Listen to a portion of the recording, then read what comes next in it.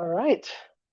So today we're going to be showcasing various simulation additions. So it's been a decade, right, since 2016. Last I checked, time flies, you guys. I can't believe it. So I was talking with my team, and we were talking about ideas of what to show, something a little bit different. And so, what about some of the top enhancements in simulation, FEA and CFD? What if we just talk about them, highlight them, just so people know? A lot of these things we kind of take for granted. I'm going through and I'm like, oh, I can use hybrid meshing, I can use this, but a lot of people don't know about these things. So I figured we'd spread the word and let you guys know some of the little enhancements we've added in the software in the past decade. So that's what we're going to be showing today. For those of you that don't know me, it's nice to see many of you guys. My name is Enrique Garcia. I'm one of the senior simulation specialists at Go Engineer. I've been doing this for a little bit of a time here, about 18 years now. My career is old enough to vote, which is very nice. And yeah, I've been doing this. My background's in bioengineering from Arizona State University, medical devices, FDA certification, a lifetime ago, it feels like. I worked for a medical device company at the start. I got purchased by it got bought out basically, and I was looking for a gig, right? And I ended up finding the local SolidWorks reseller. I like SolidWorks. I was figuring I'd stick around for a year to get some certifications, and I'm still here. So there's so much to learn, right? And that's what I really like about coming in and presenting to you guys. I can talk to all you fine people, and I'm always learning. So. And that's kind of the thing. I always ask questions. If you have questions along the way, please feel free to stop me, ask those questions. If you have the question, I'm sure someone else has them as well. So I'm also there as well. So whenever I used to teach SolidWorks Essentials, right?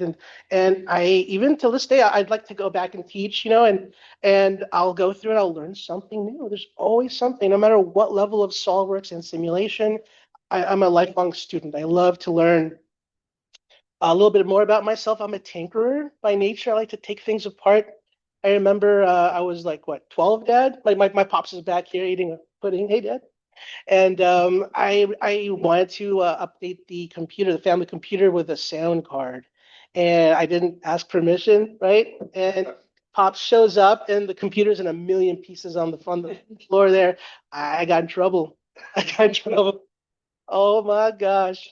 But uh, but hey, man, to save to do that. yeah, yes, saving my pennies, right, to buy the sound card, the upgrade, and but yeah, that was my thing. I loved music and sound, so I was a woodwind teacher at local high school for a good 10 years at Agua Fria High School. Did some clinics for Verado High, and so that's kind of where I ended up here with SolidWorks, teaching SolidWorks and simulation. I graduated. I got a gig, and then that didn't work out so well. I was looking for another job. Someone says, "Hey, Enrique, you like to teach? You're a woodwind instructor." I did that through college and some of my professional career. Why don't you go in and teach SolidWorks? And so I had to learn SolidWorks to teach it, right? So here I'm teaching. I'm still learning. I'm a lifelong student. Someone asked me to share this slide. I'm also a amateur watchmaker. I like to take things apart, right? What can I say? And I learned self-taught. I learned watchmaking. I take older timepieces, mechanical timepieces, take them apart, billion pieces, right? Just like my computer. Put them back together, and yeah, you get this really nice timepieces that'll outlive all of us. And pass them along, and do we need timepieces that are mechanical? No, right? But they're your heritage, right? This is where we came from, and if we go back to the apocalypse, then yeah, we will. You guys need an amateur watchmaker, so give me a buzz. I'll fix your watches for you. But yeah, it's a lot of fun. Just things I do off on my time off. All right, let's keep it moving here. So this is the agenda for our short time here with you. I have about, maybe 35, 40 minutes here to talk about some of these highlights.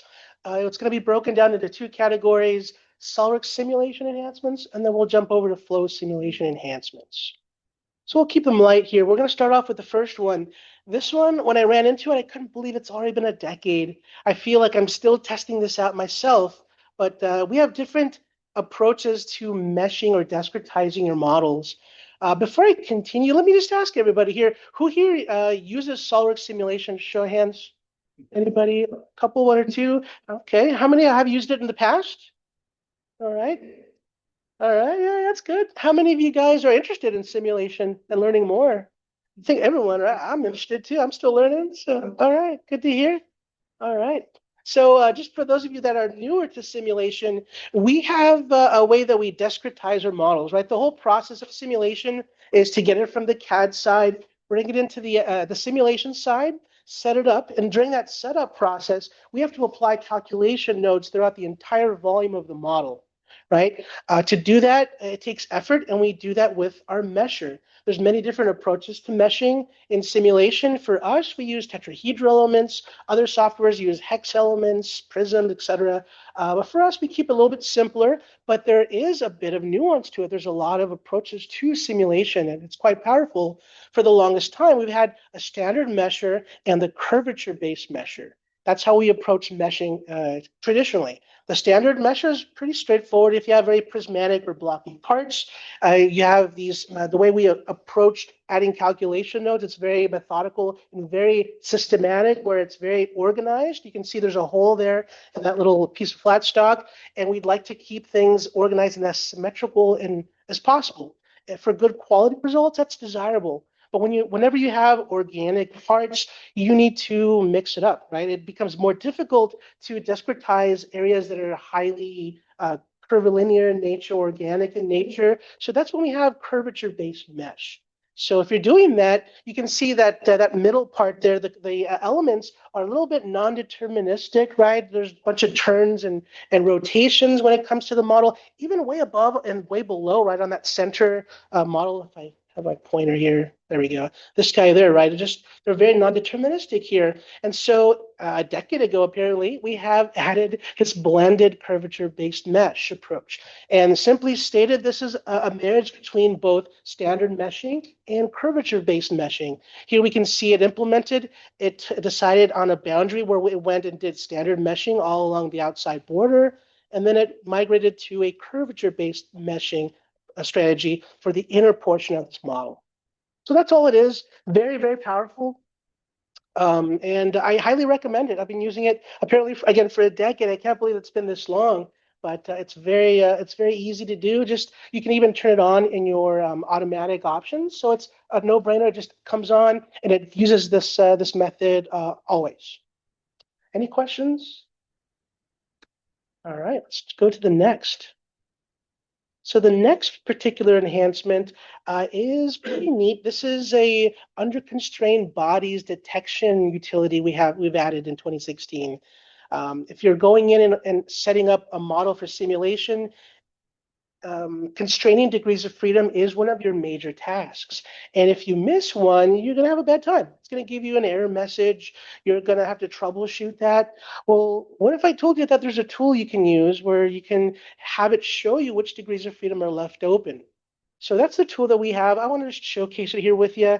So this tool, as you can see in the little GIF file there, it's just under the connections file. You just turn it on. You then tell it to pick the model, and it'll analyze the model like in a mini simulation, and then it'll show you the different degrees of freedom. There's one there. Let me open up SOLIDWORKS just to showcase it here for you, just a little bit more. So let me see. Let me drive it here on the screen with you. Oh gosh, that's so tiny, isn't it? So wow. Can't even see what those are there. Good old 4K screens. All right. Oh man, this is a little bit gonna backfire on us, huh? Can anyone else see that? Let me see if I can adjust the resolution here. Bear with me one moment here, ladies and gentlemen. Display settings. Let's take care of that. Graphics display. Let's make it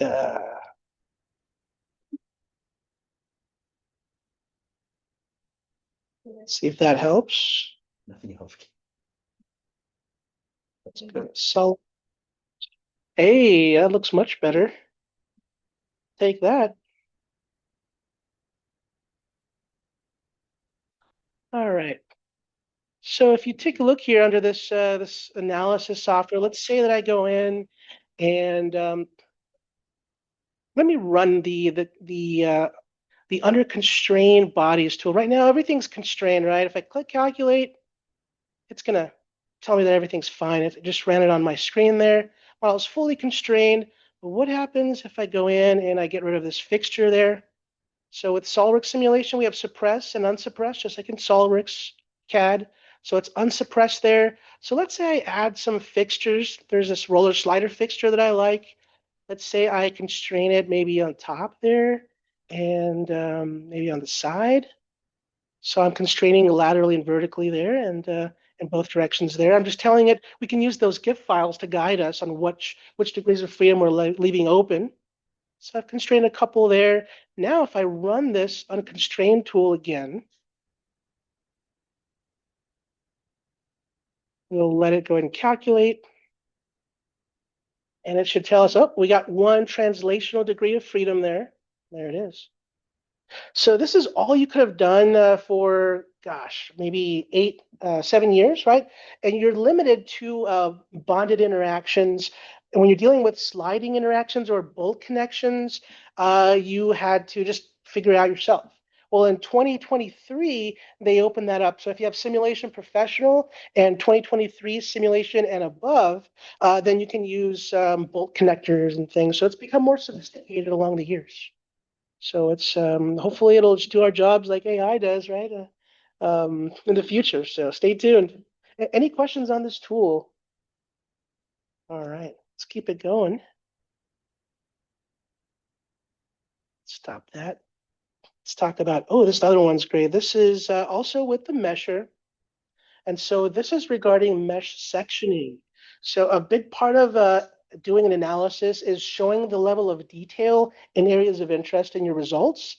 So we can section the model to take a look at the mesh inside the mesh detail. That's all it is. It's quite easy to do. Let's say I look at these results here for maybe this analysis. I could run it again here. And all we're doing, I guess I don't even need to run it, but it'll run pretty quickly. If I go over to, I can see this mesh, right? And I'm looking at the model. I can right click and I can say mesh sectioning in the results. So you can see what that is. I can section it with the front view or any of these reference planes. See the right plane is probably a more appropriate one. So we can take advantage and look at the level of detail in our mesh, right? That's very important. If you're an analyst, you want to show your detail in those areas of interest. Take a nice screenshot, and people will appreciate that. But yeah, that was added 2016.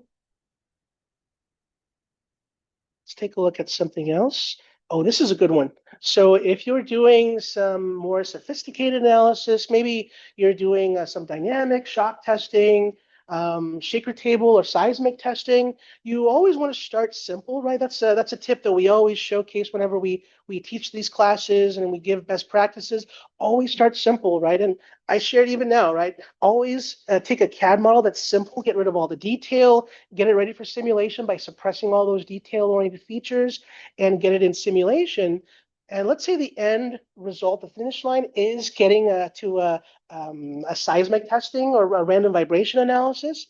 I always start with a simple linear static analysis. So let's say I set that up and I get it ready and I get all the boundary conditions set up, material selections done up, and then I'm ready to go in and do a dynamic analysis, or I'm ready to do a nonlinear analysis. Well, instead of having to redundantly do all of that again, I can then just upgrade or copy that study and upgrade it to a linear dynamic or a topology or nonlinear analysis. It's as simple as doing a right click on the tab saying copy study, like you see there. And then in the property manager, you can then upgrade it by choosing your target study. Very powerful. And we've had this for a long time, but now we've added the topology and I think the linear dynamic analysis too.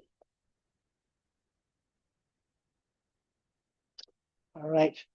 For those of you that have done simulation, you probably know that it's important to look for singularities. Here's a teachable moment. Anyone here want to tell us what a singularity is? Oh, God, I put you on the spot, didn't I? Anybody? As defined by Ray Kurzweil. Okay. Okay, not that one. So as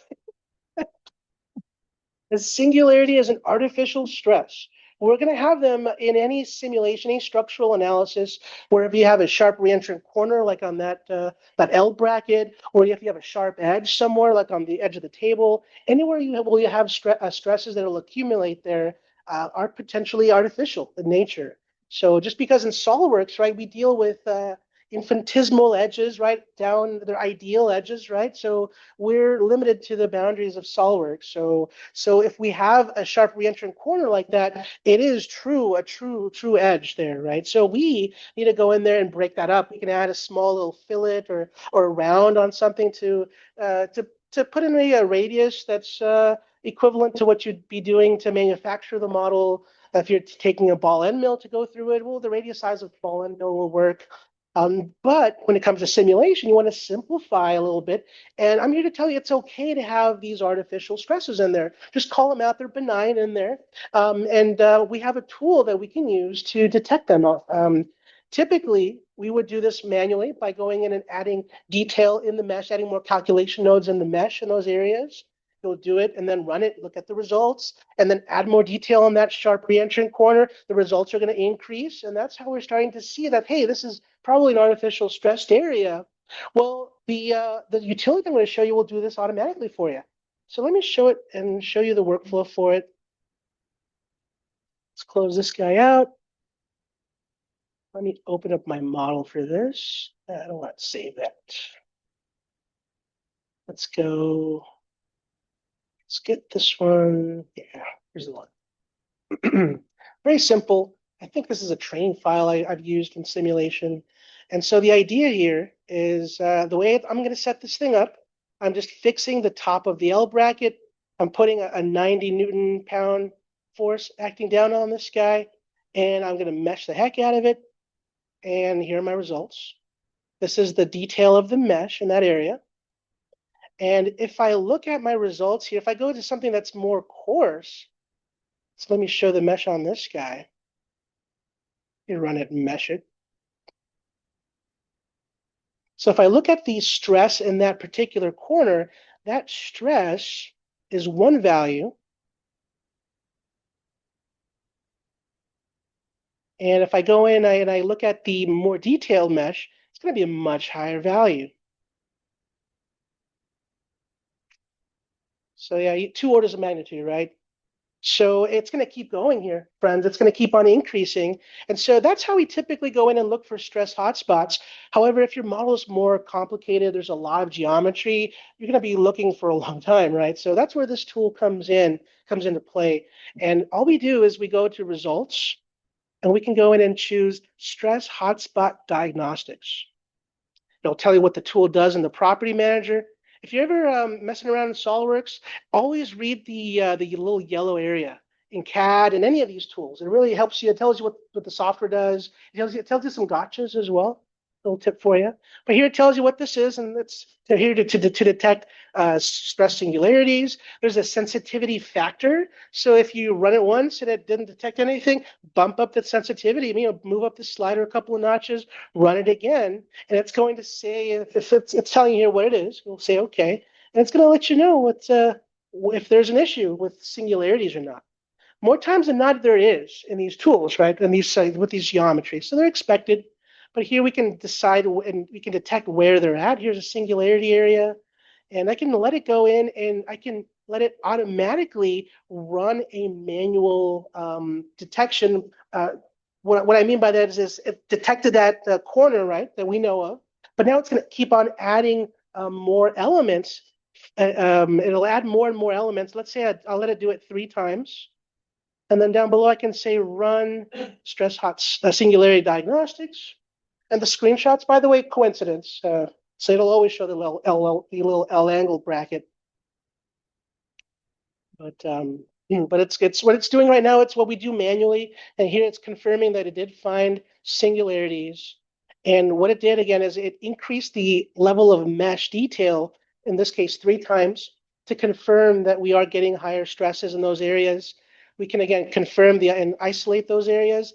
And I think the main meal ticket for me for this tool is I can click that plot convergence graph, and it pops up a graph of the maximum stress by each time it did the increase in level of detail. So that's my initial, did it once, twice, thrice there, and then we can see the maximum stress continues to increase exponentially. And that's characteristic of a singularity.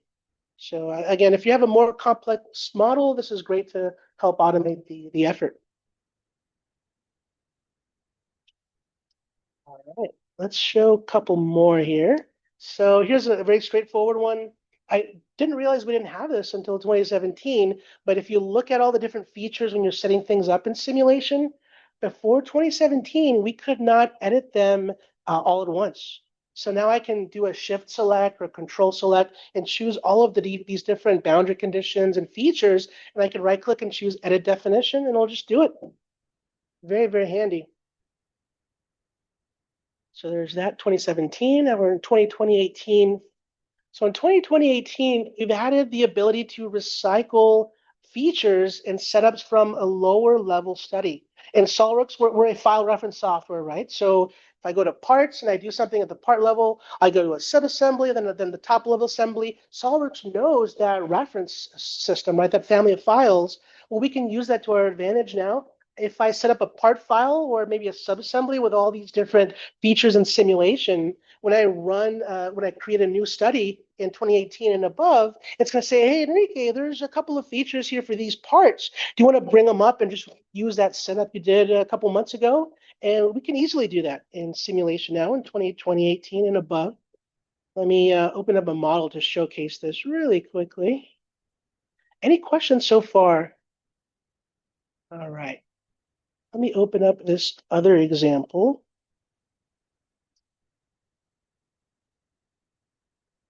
There we go. So for this example, we have a model, it's a universal joint. We can go in and apply a load, a remote load there, and it translates through all the components. All these parts have sliding boundary conditions. We have some fasteners there that we can idealize. And also, this particular bracket, if I open this separately, I want to show you that I did some simulation on this separately, maybe before going and graduating up to the simulation for the assembly. I went in and I put in some virtualized bolts there. I put in a force load on the side. I think that's all I did. Just keep it simple, right? I did something at the lower level. Now, I'm going to close it just to add to the effect. So let's say it's closed up and I'm here ready to run a simulation. I can go into simulation, new study, pick my study type, and then I can choose here, import study features. You can do this after the fact as well. If you've already set up the simulation study, you can always do a right click and choose import study features off of the top of the design tree. But let's say I did it from scratch here. I click OK. Now it's going to go through and I can look at the very, very bottom. I have can I see that? Where's my little scroll wheel? Give me a moment. Let me bring it over here. Oh, there it is. Oh, how weird. My scroll wheel doesn't show up on the second screen there. Let me bring it on my screen and scroll it down. That's very interesting. There we go. So this little graphics issue. But here down below, you can see this is the base plate. And if I click on it, we can see some of the different features here that I can bring in. There's a little filter that I can exclude certain features to bring in. But once I'm done, I can select that particular feature, that part file, click import, and now I can just graduate up those features from that lower level part. So that's importing study features into assemblies.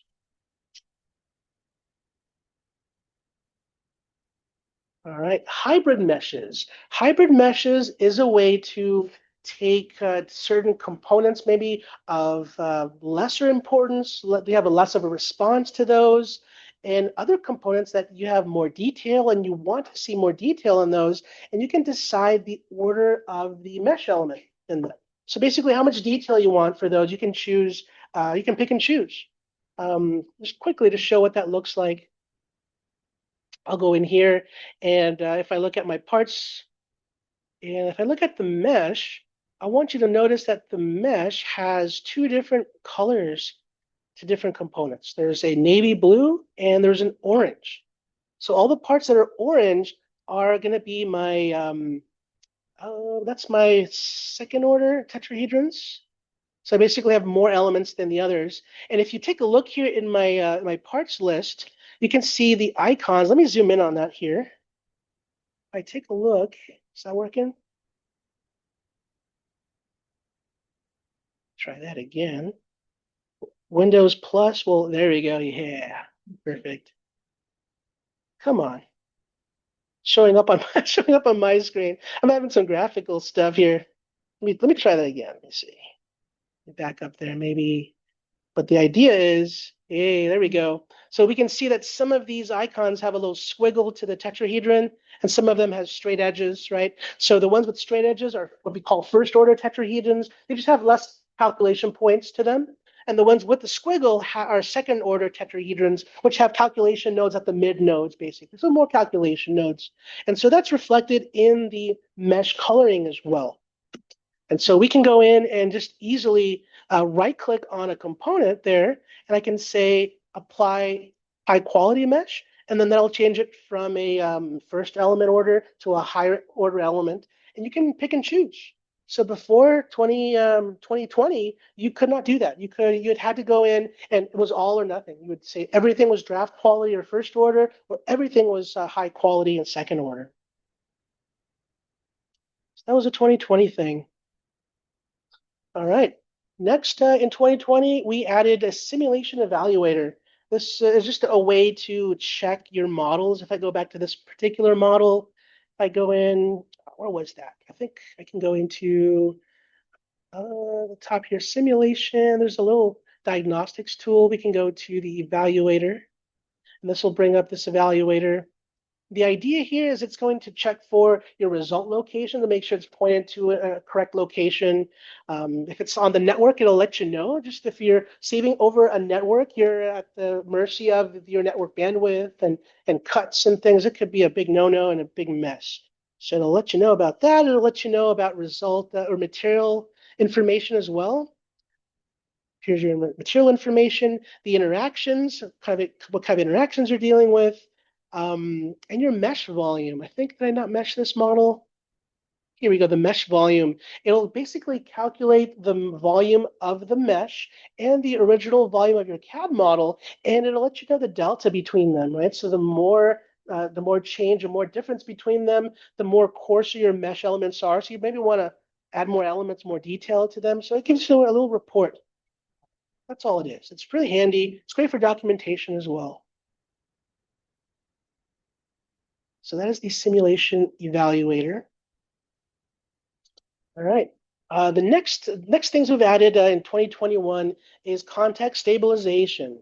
So in static studies, simulation professional, any kind of sliding boundary condition situation, we are at the mercy of the solver, and there's a lot going on, right? When you're dealing with contact interactions, there's different ways we can approach them. So traditionally, we've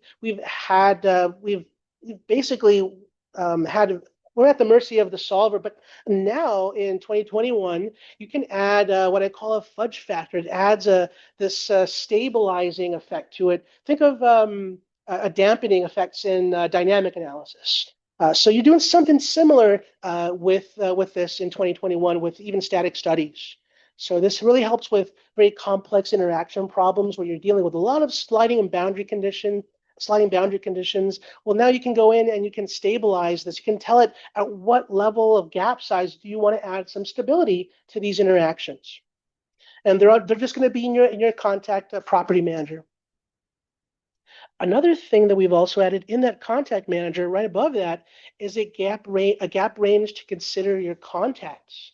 So for the longest time, when we go in and bring in a contact, when we bring in a model into SOLIDWORKS simulation, you may have a small little gap somewhere. Maybe the model was an import, or again, you inherited some legacy model from someone with poor practices, right? Now it's up to you to pick up the pieces. So if you have small gaps everywhere, before 2021, it was very difficult. You'd always have to go in and troubleshoot these surfaces and look for small gaps. And that just took so much time.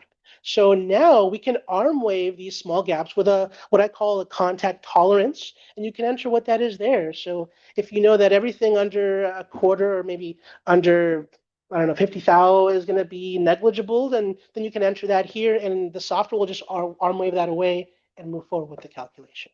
It's very, very useful. So again, think of this as a interaction tolerance. Let's keep it going. Let's see, coarser mesh controls. This is very nice. I've asked for this for years and years, and we finally got it. So if you have a mesh, right, in your models, and you have an area that your response is going to be completely negligible and not interesting, well, you typically have to start with a very, very coarse mesh and then go to all the different components and tighten the mesh in that way. Well, now in 2022, you can go the reverse. You can go and apply a mesh control in those areas of non-interest and dumb it down and bring down the mesh control level of mesh. Very, very subtle, but super powerful. It saves me so much time.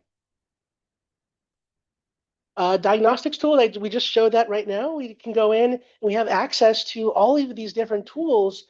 Now with this new diagnostics tool menu pull down, we can get to the evaluator, the interaction viewer that we showed earlier, the under-constrained bodies tool as well, all from the command manager in the simulation tab. Any questions on any of these? All right. Automatic saving. This one was big. I was mentioning this earlier before we got started. So a lot of us were compulsive savers, right? I save all the time. I'm doing Control S all the time. We've all been burned, right? By just getting in that groove, and like it's been four hours, and you didn't realize you didn't save, and you only make that mistake twice, or in my case, three times. You'll make it, right? We just keep making that mistake. Well, now there's a little option we can click on in the SOLIDWORKS system options where we can save the file after it meshes and after running the analysis, after it completes. This is huge. One of my best practices when I teach class is to always save before running an analysis. Well, now it'll do it if you have this checkbox on. You can go in and hit the mesh. It'll mesh it and it'll save your SOLIDWORKS file. So you're golden. In case maybe you do run that analysis, it eats up all of your RAM, you have a power failure, who knows, right? An arch enemy comes and pulls your power plug off your computer, anything, right? Well, now it'll be saved. You'll be fine. So it's just a checkbox away. All right. Next, 2024. Improved mesh performance, kind of miscellaneous. If you don't use it often, just know that we can reuse the mesh on like components or the same components. You have many instances of a fastener or of a bracket. Well, you mesh it once and then you just paste that mesh to the other instances. It's very easy. It really maximizes your efficiency with the mesher. Just an option there. This other one, I can't wait to use it. It's new in 2026. This is the last one I have for you for a sim. And we can apply a cable connector in SOLIDWORKS Simulation now. So for the longest time, we had to go in and apply very, very thin bars. Well, now we can idealize cables that are in tension. They have to be in tension, friends. And we can apply the different conditions to them. We can assign let's see, we can apply an axial strength, we can apply the diameter of the cable itself, and we can get some information as well from it in the result options, or excuse me, the result, the connector result values as well. Just like we do with virtual pins, virtual bolts, we get shear stresses and displacements and things that are idealized from this. But yeah, this is the last connector we have that we've added in the software. Any questions on the FEA enhancements before we move on to CFD enhancements? All right. Let's showcase a couple. So with flow simulation, we've added only a few over the years. So with SOLIDWORKS flow simulation, A decade ago, we added the ability to show actual results and mirror the results as well. So we've had this for forever, it seems, in FEA, and then we finally got it a decade ago in flow simulation. I have a model I can just quickly show for that, and let me bring that up here.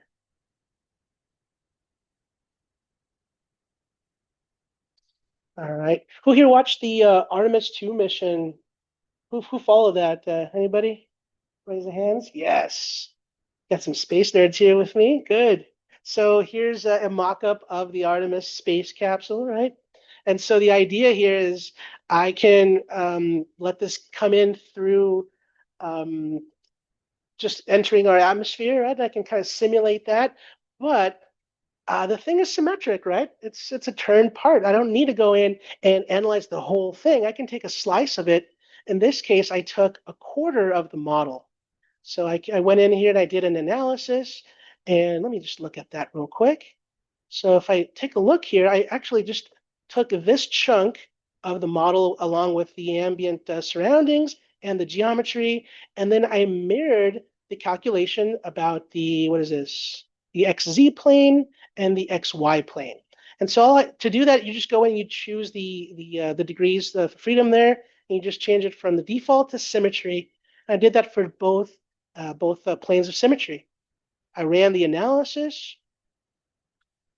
Analysis for flow simulation takes quite a bit of time, right? So let me load the results here for you. And then all I can do now is I can go to my results and I can show my results. And I can display results across those boundaries for both of those. And all it is just a checkbox. Whenever you're creating these result cut plots, we have a new little checkbox a decade ago for mirror results. And this works for any cut plots, surface plots. Here's a surface plot where I've mirrored the results across two planes to show the whole model. Just simple as that, just a little simple checkbox.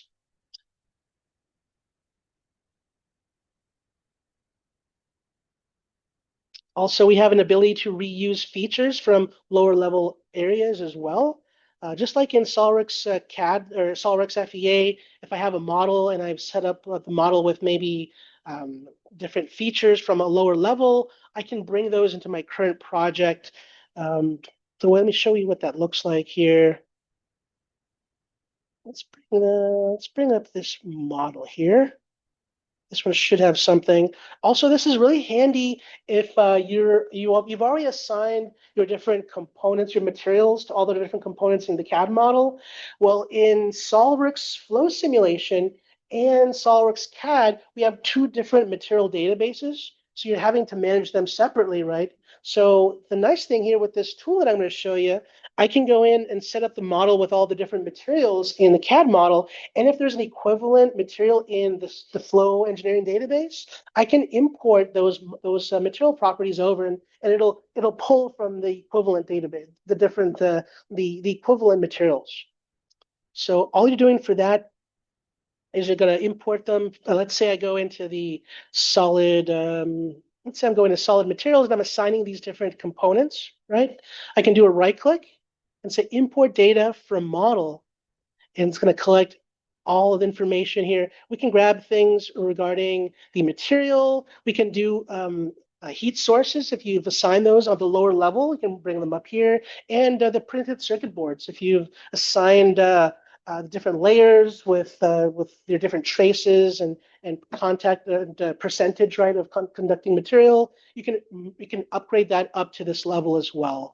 So here we can see the different materials here, and all I would do is hit import, and it'll bring them in. I've already done that here, but that's the workflow. That's what it looks like, and then we can assign them here. So that's reusing features from lower level components. This is great. The next one is called Free Surface.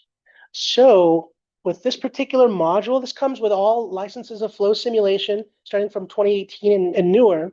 And you can simulate two immiscible fluid mediums in flow simulation. That means I can mix air and water, oil and vinegar. I can simulate fountains. We have several sprinkler system companies that use this to see what your range was going to be for your different sprinkler heads. Boat designers in San Diego use this to figure out different wake patterns and wake sizes for their hulls for their ships. And in 2020, when did they add the in 2020, they added 2021, they added support for rotation as well. So we can now do mixing with flow simulation. Again, to show how that looks, it's a very fun model here. Let me bring that up here.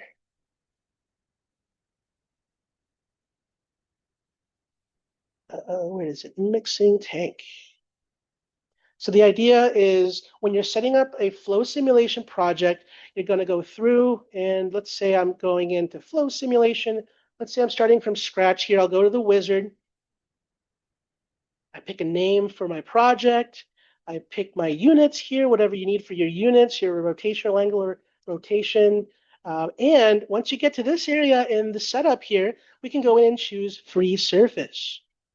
A free surface needs a time-dependent study. So again, like all of our tools, it gives you feedback. It says, hey, we were talking about this before the presentation, right? It gives you feedback on what you need instead of just airing out with a log file. You have to go and dig through that. Well, here it tells you, hey, you need time-dependent studies. So it turns on time-dependent studies. I can choose the time domain. I can choose what I want to put in for the time step, whatever you wish, and move forward. So that's all it is. And you apply this free surface option. Then you pick your different materials here. In this case, your fluid medium, you have air, and then you have water, and you're under liquids. Say I jump over here and choose water. Pop it down below. Maybe I start off with air.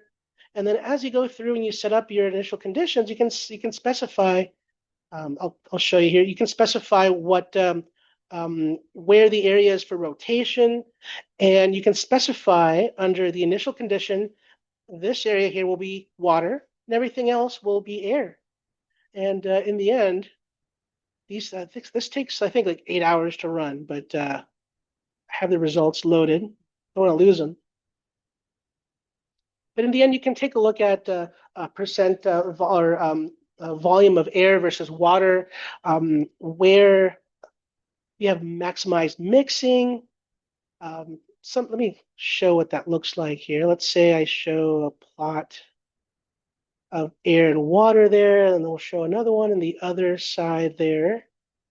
Maybe I want to show the pressure acting on the blades. So I can show that here with a surface plot. And I can animate this here, friends. I can use this Transient Explorer tool. And there's a lot of data here that I'm collecting. But now I can run that and I can see and start seeing if I'm having any issues with my mixing. In this case, you can optimize your mixing tank by adding baffles and playing around with that. We're in SOLIDWORKS ecosystem, right? So we can easily make different configurations and play with it. We can go in, we have automated tools here as well, and we can use the design study tool, and I can choose different sizes for different dimensions and suppress things. Different materials can be selected to optimize the design. Any questions? All right. I am going a little over here. I apologize. Let's do a couple more to finish them off. Associated goals. Whenever we're going in and running a flow project, we have to give it a goal. We have to give it something to say, hey, we finished the calculation, right? Whether that's a mass flow rate or a temperature, a velocity in a certain area. Well, now when you're going in and assigning boundary conditions in those property managers, like it'll give you some options for convenient engineering goals. You can just choose them. Pretty convenient. We also have flux plots. If you're doing heat transfer, now you can map out your heat energy or your Q dot through different components. It's just another tool we have in our post processor. Just right click on flux plots, pick all of your components, or pick maybe 3 that you care about, and then you can see where it originates, where your heat energy originates from, where it's traveling to, and where it's going into the environment.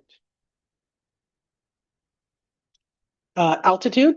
So for the longest time, whenever we needed to do an analysis, let's say on the Artemis space capsule at, gosh, I don't know what, what is that, 6 miles up in space, right? We have a certain pressure and a certain temperature, right? That's correlated to being up in that microgravity, and so we had to look that up. Well, now in 2020, we can hit the pull down menu and then specify the altitude, and it'll just give it for you. So it's gonna do my job button. All right. We can derate fans now whenever we're going through and assigning fans in flow simulation. Before it was just full bore 100%, whatever the fan curve was is what you got. But if you wanted to get maybe 80% of the performance of the fan, you had to go in and with the spreadsheet and like derate it yourself and then put that in as a new entry in the database to get a derated fan. Well, now you can just do it. You can say, hey, I want 85% max power on this fan, and now you can start to optimize with that, which is great. Hmm. This one's a nice little highlight, filtering hidden bodies and component control. Whenever you're assigning a project in the project different faces on things, sometimes we use what's called dummy geometry. And so we tend to plug up a piping system with a coin or something so we can add parameters to it, or we can look at engineering goals in those areas. Well, now I can hide all those areas that I've used as dummy or reference geometry, and I can then go in and make sure that those are now excluded from the analysis a little easier by just choosing all the hidden components or duplicated components. It's little enhancements. Scene plots. This is quite nice. If I'm in a model and maybe I'm presenting, maybe like I'm presenting to you all to a client, and it takes time, right, to open up these different plots and to show them. Now you're fiddling with the different options and things in front of your client. You want a smooth presentation. Well, I can go in and show scene plots where I can pre-save. Let me show. Where's an example for that? Here's a little simple example, a little thermoelectric cooler. And so let's say let me load the results. Maybe I'm presenting the performance of this thermoelectric cooler to a client, and I need to go in and show different callouts for the surface parameters of the cold side and call out the temperatures, right? On the cold side, the hot side, and show a surface graph of that. Well, I could fiddle with it, right, and start turning things on and showing, or I can do that beforehand. And when I have everything shown, I can go up to scenes here. I can right click and I can insert or save a scene. And now when I'm talking to a client, I can right click and I can say, hey, show. Now everything just shows up and I can just talk about it. So they're like prepackaged little post-processor slides, if you will. Oh, it comes up here under scenes. So you first have to set things up, right, like you would normally, and then you would right-click, and then you would save the scene by choosing Insert. And then as long as your results are loaded, then you can easily just hide or show the scene. Any other questions? All right, pretty much done. I think that's the last one. Oh, one more. Fill thin slots, just like we have in FEA, right? You have a tolerance, you have a small little gap somewhere. Maybe it's intentional, maybe it's not. It's usually not, right? But when they are, you can, or when they're not, you can then fill them with these slot features. Just another feature type. We basically have this area here that I have maybe some thermal compound or thermal paste. So I can go in and I can assign that with a fill slot instead of actually building in an actual dummy body and having another part file that's now having to be managed and revision managed in PDM, right? Pain in the butt to manage things if you don't have BDM.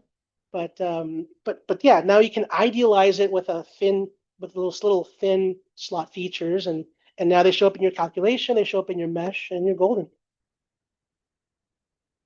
And that is all I have for you today, friends. Any final questions? Thank you again for letting me go over. And yeah, I'll be around. I'll stick around if you have questions for me. This is my email. If you want to email me, I'm happy to talk sim and point you in the right directions on anything you may have. But I appreciate your time. All right. Thanks, guys.